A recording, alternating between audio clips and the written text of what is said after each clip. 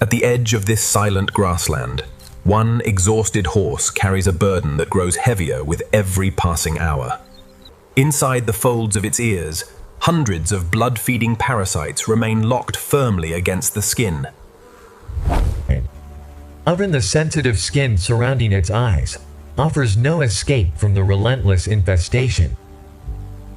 It shakes with all its remaining strength, yet the tightly anchored ticks refuse to release their grip. Driven by constant irritation, the horse searches desperately for any surface that might bring relief. Its legs cannot reach the worst clusters, and every failed attempt drains more of its fading energy. Unable to feed in peace, the weakened animal begins losing the energy it needs simply to survive. Alone beneath the rising sun, the horse has no way of knowing that its struggle has only just begun.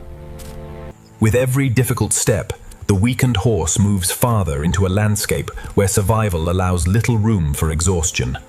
The parasites remain hidden beneath the mane and packed into every warm fold of skin, beyond the reach of the horse's natural defenses. Hunger forces it to graze, but the relentless itching interrupts every bite and steals the strength that food should restore. The herd continues forward, but the burdened horse can no longer match their pace, leaving it dangerously isolated. As the heat intensifies, dehydration and exhaustion begin working alongside the parasites, pushing the animal closer to collapse. Even the simple act of drinking becomes a struggle when every movement awakens another wave of irritation. Thirst eventually overcomes discomfort, yet even here the horse cannot find a single peaceful moment. As the day begins to fade, the horse remains trapped beneath its living burden. But somewhere beyond the horizon, from a nearby branch, a small visitor studies the weakened horse and the countless parasites covering its body. To the oxpecker, the horse's terrible burden appears as an opportunity hidden in plain sight. The bird circles carefully, measuring the horse's reaction before risking a closer approach. The distance between them narrows, but trust has not yet formed between the cautious bird and the exhausted horse. For the first time, the oxpecker lands upon the horse, testing whether the weakened animal will accept its presence. Step by careful step, the bird searches through the coat, while the horse slowly begins to tolerate its touch. With one precise movement, the oxpecker removes a single tick, but hundreds more remain firmly attached. The first few parasites are gone, but the true scale of the infestation will require far more than one small bird. The first bird is no longer alone, and new arrivals begin gathering around the horse's overwhelming burden. Each bird chooses a different section of the coat, beginning the slow work of removing parasites one by one. Around the sensitive ear, the oxpecker begins removing the parasites that the horse could never reach on its own. Beneath the mane, the birds uncover layer after layer of tightly attached ticks, revealing how deep the infestation has spread.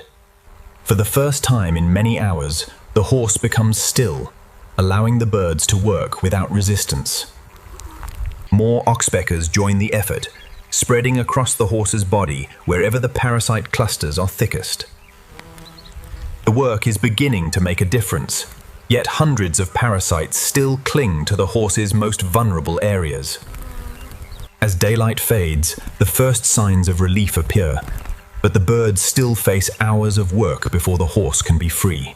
Morning finds the horse still burdened by hundreds of ticks, but the tireless birds have begun returning strength to its exhausted body. Around the eyes and ears, the thickest clusters slowly begin to break apart, giving the horse its first lasting moments of comfort. The relief is still incomplete, yet the horse's steps grow steadier as the living burden slowly begins to weaken. For the first time since the infestation began, the horse can feed without every bite being broken by pain and irritation. With the worst irritation beginning to ease, the horse can finally drink long enough to restore some of the strength it has lost. The returning strength is unmistakable, but the birds must remain close while hundreds of parasites still cling to the horse. No longer forced to remain completely alone, the recovering horse begins closing the distance between itself and the herd. The horse has survived the hardest hours, but the final clusters remain, and the bird's work is not yet finished. A new morning begins, but several stubborn clusters still cling to the places the horse cannot protect on its own.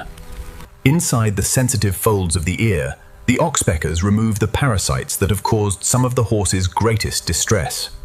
The birds now reach the most delicate areas, where every carefully removed tick brings another measure of relief. Beneath the mane and across the shoulders, the once overwhelming infestation is finally beginning to lose its hold. With its strength returning, the horse rejoins the herd, while the oxpeckers continue searching for the few clusters that remain. One by one, the last major clusters are removed, ending the burden that had nearly drained the horse of its strength. After hours of patient work, the birds find almost nothing left, and the horse can finally move without constant irritation. What began as a desperate struggle ends in recovery, shaped not by force, but by one of nature's quiet and extraordinary partnerships.